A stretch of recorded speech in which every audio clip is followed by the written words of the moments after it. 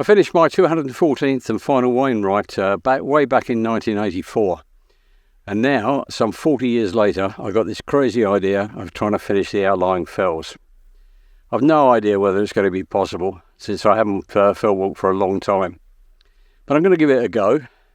I've done 33 of them over the years, which leaves 83 to go. Seems a huge number to me, but let's give it a go. Hopefully, if you're an ex-fell wanderer, this might inspire you to get back out on the fells. And if you really are too old and infirm, then maybe you can visit the tops vicariously through these videos. Right, today I'm going to be tackling Ponsonby Fell, even though Wainwright intimates that it's not really worth doing. But he's included it in the book, so it's got to be done. Wainwright's circular route is about 8.5 miles, including a mile and a half on the bus. And that's too long for me, so I'm going to go up from Blengdale Forest, straight up and straight back through the forest. Now, Wainwright does say that this is a very pleasant route, or the most pleasant part of the route. There's a car park for Blengdale Forest, which is about a mile up a very narrow private road. You can still get access there.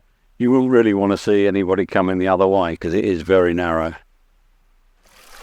Now, Wainwright extols the virtues of this forest, saying there's quite a lot of native plants, or native trees rather, here, so we'll see on the way. But it kind of looks quite impressive so far. I mean, this is just at the car park.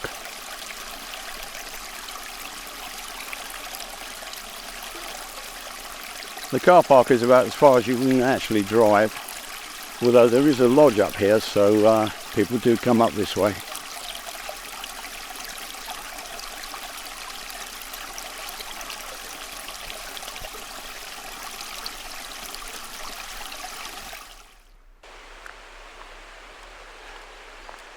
Quite a remote house up here, but we have this way over this little bridge.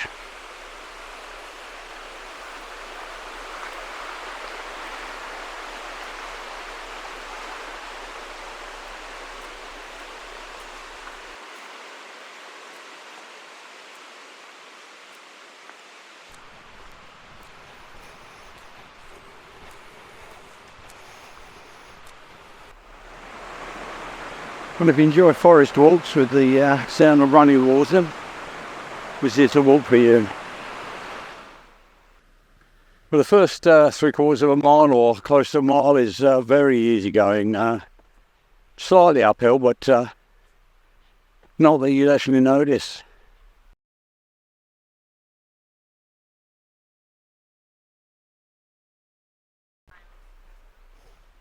We have to turn left here and then cross the river.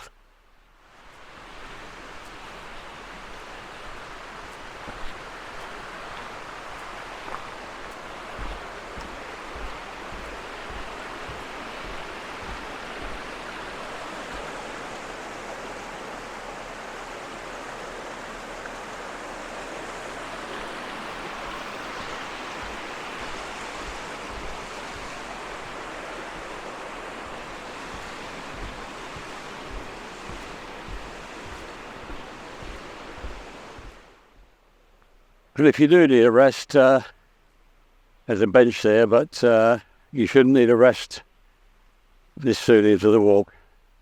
I think we'll probably start climbing uphill a bit more now.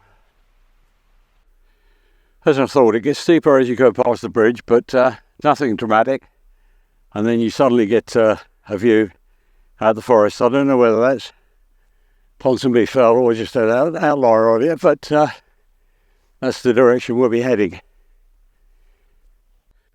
Well, there's not too much climb through the forest after you leave the bridge.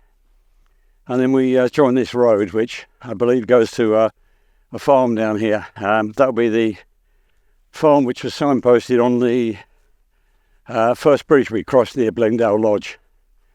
That's 600 yards along here, I think. Well, that's where the forest ends, and well, no more than 50 yards. Now we come to the open fell side.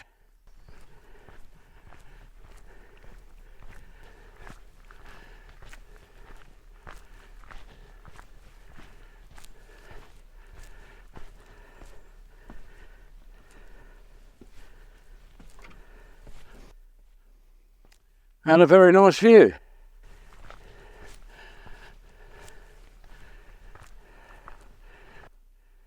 Now Ponsonby Fells over there. We've got to turn off left at some point here and basically just trog up the fell. Well, the route from here just essentially goes straight up the fell, but looks like there's a wall down there which you might have to climb. So what I'm going to do is go round across the brow of this hill. There's a cattle grid down there, and then I'll turn left there. As with many fells, you top a rise thinking that this is going to be the summit, and there's still a little way to go. The summit's up here somewhere, it's not very distinct. This looks like the highest point over here. And there's a path going towards it.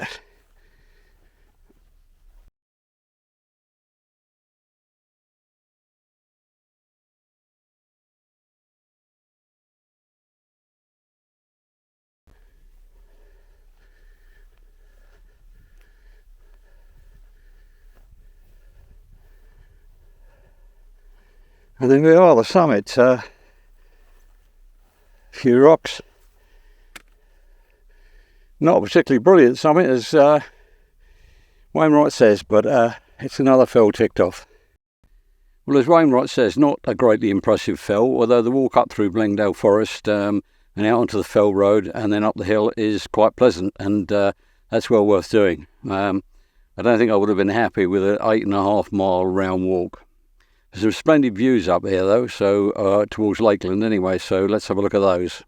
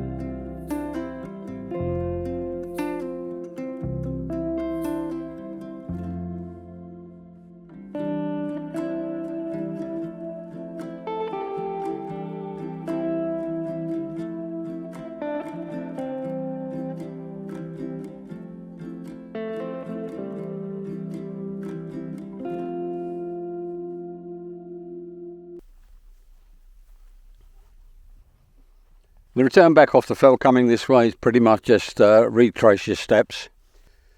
There's no path as such, although you can work out a few places where people have walked.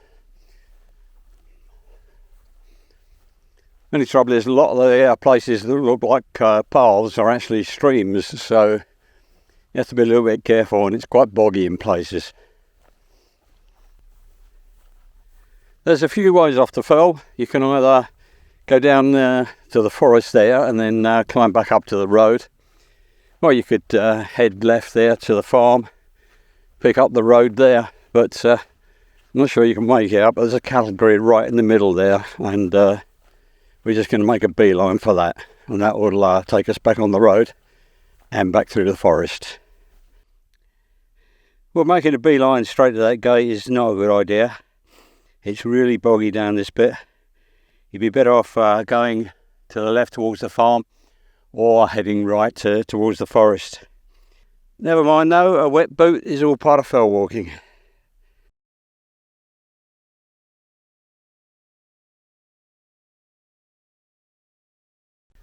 Well, I've made it back to the gates, but I must have hit every patch of bog on the way down that I managed to miss on the way up, so takes a bit of route finding coming down. It's a lot easier to see where you're going than on the way up.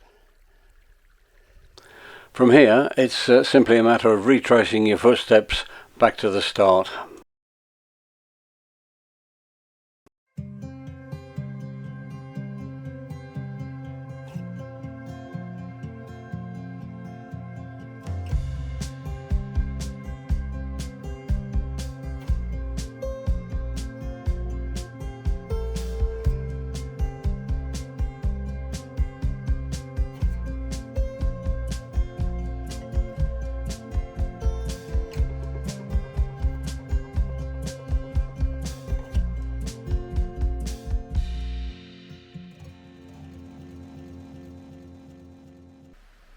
Well, that's Ponsonby Fell. That's the third one in this outing. Bit daunting to think there's 80 left, but we'll plod on. Got plenty of time over the next couple of weeks.